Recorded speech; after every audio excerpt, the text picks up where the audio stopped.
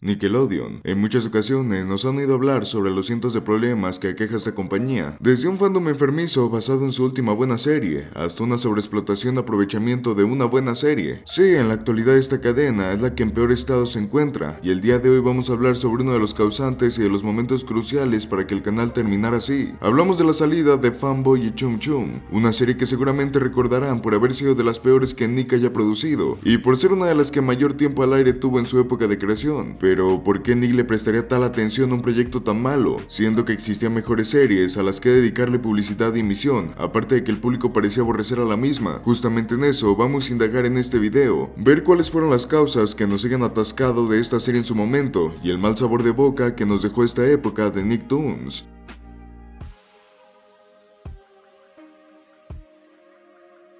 Para comprender la existencia de Fanboy y Chum Chum, primero tenemos que comprender al mismo Nickelodeon. Finales de los 2000, Nick había pasado por una de sus mejores y peores etapas. Por una parte, muchos de los Nicktoon clásicos que dieron comienzo a los 90 llegaron a su fin. Algunos problemas legales y con temas de acciones de la compañía Viacom habían puesto en jaque el futuro de la empresa. Por suerte lograron recuperarse para entrar en un segundo aire con sus series. Avatar: La leyenda de Aang, El manual de Ned, Danny Phantom y algunas más llegaron a su fin. Justamente en esta etapa es donde entra la decadencia que mencionamos en su respectivo video dedicado. Bueno, que Nick se estaba quedando sin buenas series para vender a causa de este nuevo modelo de negocios que vino a regir la compañía tras el éxito de Bob Esponja. Simplemente todo aquello que no generase como sus grandes series era irremediablemente cancelado o por el contrario, sería sobreexplotado hasta que se quedara seco. En fin, que el canal y la empresa estaban teniendo otra de esas transformaciones donde nosotros como espectadores lo podíamos sentir mediante el tipo de contenido que se comenzaba a transmitir. Sí, la decadencia se hacía notar y cada vez era menos las series que llamaban nuestra atención. Es aquí donde entra uno de los segmentos más importantes para esa historia. Estamos hablando de Random Cartoons.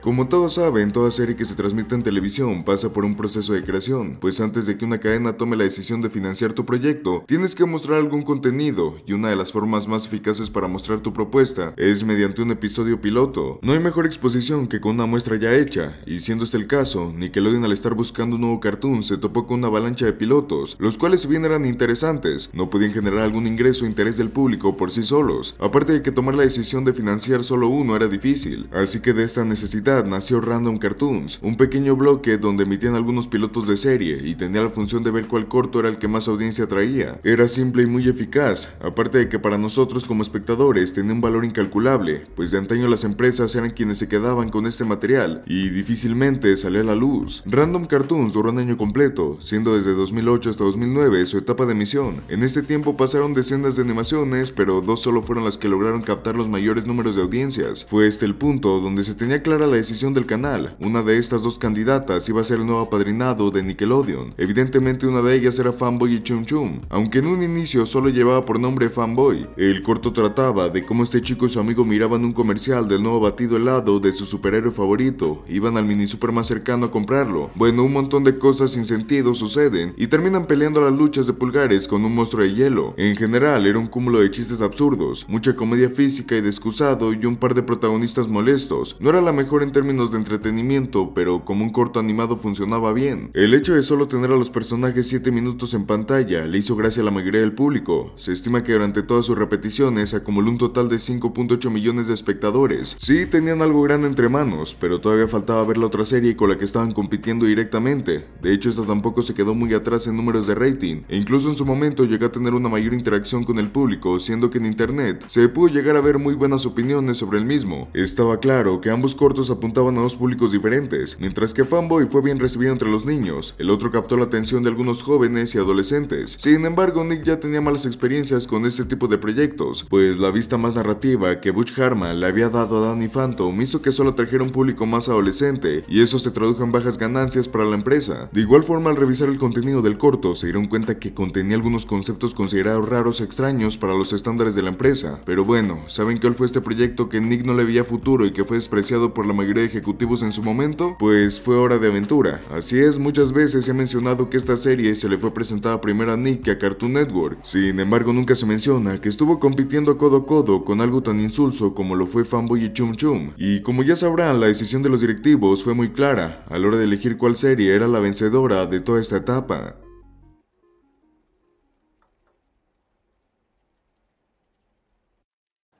Fanboy y Chum Chum entraría en emisión un 12 de octubre de 2009. La serie tenía todas las esperanzas y expectativas de la compañía en sus hombros. Esta tenía que ser el Nicktoon que marcaría el nuevo comienzo de los 2010. Lástima que no fue así. Antes mencionamos que a una muy buena parte del público le gustó el corto, pero la cosa cambió cuando en vez de tener que tolerar estos 2 por 7 minutos, lo tenías que hacer por 20. Simplemente el estirar el formato y la comedia de sus historias hizo que la poca gracia que tenía el primer corto se perdiera. Ese humor excusado, las expresiones y reacciones exageradas de los personajes y su continuo estupideces para generar algún tipo de impacto en el espectador fue lo que sentenció al programa desde un inicio. La serie fue duramente criticada en sus inicios por todo lo que acabamos de mencionar. Las personas que habían crecido con los cartoons de los 2000 miraban esta propuesta con desprecio. Los padres la aborrecían por lo insufrible que era al verla con sus hijos. El único público que tenía un aprecio por la serie eran los niños. ¿Pero por qué? ¿Qué tenía de especial esta serie? Bueno, analizándola más objetivamente, nos daremos cuenta que guardaba algunos conceptos interesantes. El par de amigos viviendo en una guarida secreta en la cima de un edificio era algo que llamaba la atención de cualquiera. Algunos de sus personajes eran interesantes o graciosos, como Kyle, una evidente burla a Harry Potter, y esta nueva tendencia del adolescente con poderes mágicos, o Leonard, quien en su mayoría nos sentíamos empáticos por soportar a la dupla de protagonistas, pero el resto del tiempo era gracioso ver cómo sufría por las cosas más insignificantes. Otro de sus puntos fuertes era su apartado visual. Sí, no vamos a mentir, se mira feo la mayoría del tiempo. De hecho, esto es porque el estilo artístico del cual se basaron estaba hecho en un 2D y evidentemente no estaba pensado para modelarse en CGI. Por eso es que se mira tan extraño y feo, pero es innegable que es único, incluso hasta la actualidad. De igual forma, su animación era fluida. Siempre estaba llena de atención al detalle, los personajes tenían una plasticidad que los hacía expresarse de una manera bastante buena. Su apartado visual era feo, pero llamaba la atención. Por esto y más fue que tuvo un rating decente en sus primeras emisiones. Era lo que era, una serie pensada para niños. Todo parecía ir bien en el barco de Nickelodeon. Si bien su serie no terminó siendo el masivo éxito que ellos esperaban, sí que tenía buenos números, lo suficientes para rellenar buena parte de la programación. Sin embargo, hubo un factor que alteró todo el plan de Nick, ese fuera de aventura. Pendleton Ward, tras haber sido rechazado por la compañía, fue con otras cadenas a presentarle sus propuestas, dando a parar a Cartoon Network, lugar donde fue bien recibido y le dieron un control total sobre su obra. Tras arreglar algunos detalles y rediseñar a los personajes, el mundo conocería a este pilar tan importante para la animación moderna, un 3 de septiembre de 2010. Está de más decir que fue un completo éxito, pues desde un inicio la audiencia infantil amó este colorido mundo, al igual que los adolescentes y algunos adultos quienes podían ver todos estos conceptos extraños para una serie infantil, un mundo posapocalíptico tras una guerra nuclear, guiños de una trama más elaborada y unos personajes que parecían ser más complejos de lo que aparentaban. Funcionaba a muchos niveles y eso se vio reflejado en los niveles de audiencia. La serie tuvo el horario estelar de 2 a 5 de la tarde, horario sumamente importante, pues es donde hay más audiencia activa y donde la mayoría de niños llegan de la escuela para encender la tele y olvidarse de la tarea. ¿Y saben quién más se emitía hasta ahora? Así es, Fanboy y Chum Chum. Era más que evidente que la audiencia prefería cientos de veces ver Hora de Aventura. Si bien esto se pudo sentir en varios canales como en Disney XD o Disney Channel, quien más lo resintió fue Nickelodeon, pues para el momento carecía de propuestas frescas e interesantes, ya que habían hecho todo este show de crear a random cartoons para hallar a la caricatura principal, aquella que renovaría el canal en esta nueva década. En vez de ver el gran abanico de opciones y dedicarle un presupuesto a varios proyectos, como dijimos, este fue el nuevo modelo que adoptó la empresa, pues tras el éxito que fue Bob Esponja, Nick se dio cuenta de lo remunerable que era tener solo un Nicktoon de gran calibre. Nick estaba sediento por otro impacto como el de la esponja amarilla, por eso es que solo le apostaron un proyecto en esa ocasión. Grave error. Para este momento, la empresa estaba en esa transición donde sus buenas series ya habían terminado y se habían buscado más caricaturas para rellenar su programación, pues si bien es cierto que la alianza con DreamWorks le trajo buenos resultados con las series de Los Pingüinos de Madagascar y Kung Fu Panda, no era suficiente para rellenar el bloque de Nicktoons, aparte de que buscaban proyectos propios para no tener esas fugas de capital en forma de derechos de autor. Simplemente Hora de Aventura destruyó gran parte de los planes de Nickelodeon, algo irónico siendo que esta misma fue quien rechazó el proyecto en un inicio. De toda esta etapa caótica surgió la necesidad de crear más caricaturas para hacerle competencia a los demás canales. Programas como Planeta Shin surgieron de esta búsqueda de ideas nuevas que fuesen propias. El resultado fue una de las peores series que la empresa haya creado. De hecho, en la época 2010-2011 en su gran mayoría solo se estrenaron live actions. Era evidente que a nivel de cartoon estaban perdiendo terreno y trataban de mantenerse, pero al mismo tiempo pasaba algo curioso con su nueva serie. Al carecer de propuestas animadas, Nickelodeon retacó el canal con Fanboy y Chum Chum. Te lo podías topar a todas horas. Existían maratones enteros dedicados a la serie y se convirtieron en una figura representativa del canal. Algo curioso tomando en cuenta que Top Poppy ya existía en esa fecha. Sin embargo, no tenían tanto aprecio por parte de Nickelodeon. Tampoco nos malinterpreten. A Top Poppy también le tocó su época de sobreexplotación, pero no fue fue tan marcada como la de Fanboy. Los años pasaban y nuevos proyectos comenzaron a surgir. La leyenda de Korra, las Tortugas Ninja, entre otras que se habían incorporado a la programación. Sin embargo, Fanboy y Chum Chum seguían teniendo una presencia significativa en el canal. No fue hasta 2014 que por fin se decidió dar final a su transmisión. Para este punto la serie estaba en un mal estado, el público se había sobresaturado de sus aventuras y era claramente opacado por otras series del canal. La postura que adoptó la empresa con este Nicktoon era tan incomprensible. Los espectadores estaban hartos, ya no tenía buen rating ni con el público infantil, ya había durado muchos años y claramente no fue el Bob Esponja que ellos esperaban. Entonces, ¿por qué esa necesidad de mantenerlo vivo? La verdad es que no hay una razón oficial. Este tema es algo que poco se habla de la comunidad de cartoons, pues todo el mundo terminó odiando la serie, así que se prefiere voltear a otro lado. De igual forma, nunca ha existido una respuesta concreta de parte de algún miembro del equipo, solo queda la especulación, y nosotros creemos que se trata de un tema de orgullo, así como lo escuchan. Tal vez algún directivo importante le impactó el éxito tan desmedido de Hora de Aventura, que quiso vengarse de algún modo, de arreglar ese error que fue dejar escapar esa serie, apostando todo lo que tenían por la cosa que eligieron en vez de Hora de Aventura. Pero era evidente que en calidad de interacción con el público, la historia de Finn y Jake ganaba por mucho. Hasta suena ridículo el pensar que en algún momento de la historia, ambas series compitieron por el rating.